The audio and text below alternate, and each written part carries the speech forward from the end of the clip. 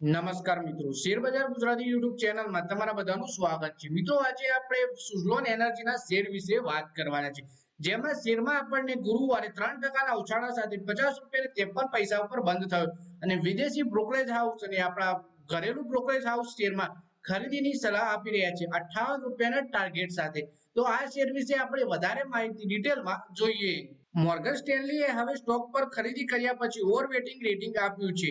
ઉપરાંત શેરનો ટાર્ગેટ પણ આપવામાં આવ્યો છે। અહીં વાત કરીએ આપણે કે ગુરુવારે 3% વધીને 50 રૂપિયા 53 પૈસા ઉપર બંધ થયો હતો સુઝલોનનો શેર એક સપ્તાહમાં 18%, 3 દિવસમાં 40% અને એક વર્ષમાં 250% અને 3 વર્ષમાં 600% વધ્યો છે। એટલે કે એક જ અઠવાડિયામાં શેરે 18% નું રિટર્ન આપ્યું છે રોકાણકારોને। 3 મહિનાની વાત કરીએ તો 40% ની તેજી શેરમાં આવી છે।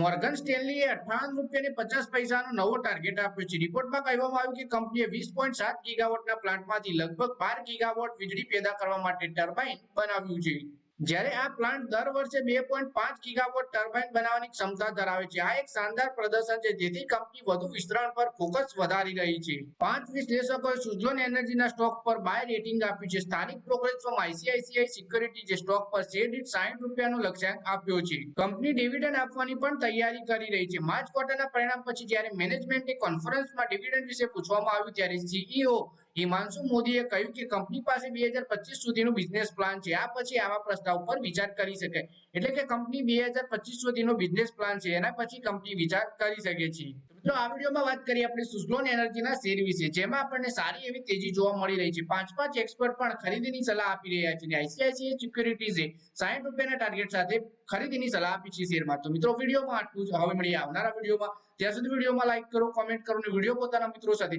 ફેસબુક, ઇન્સ્ટાગ્રામ, વોટ્સએપ બધી જગ્યાએ શેર કરો। શેર બજારની આવી માહિતી ગુજરાતીમાં જોવા માટે તમે ચેનલને સબસ્ક્રાઇબ કરી ઘંટડી પર દબાવી દેજો।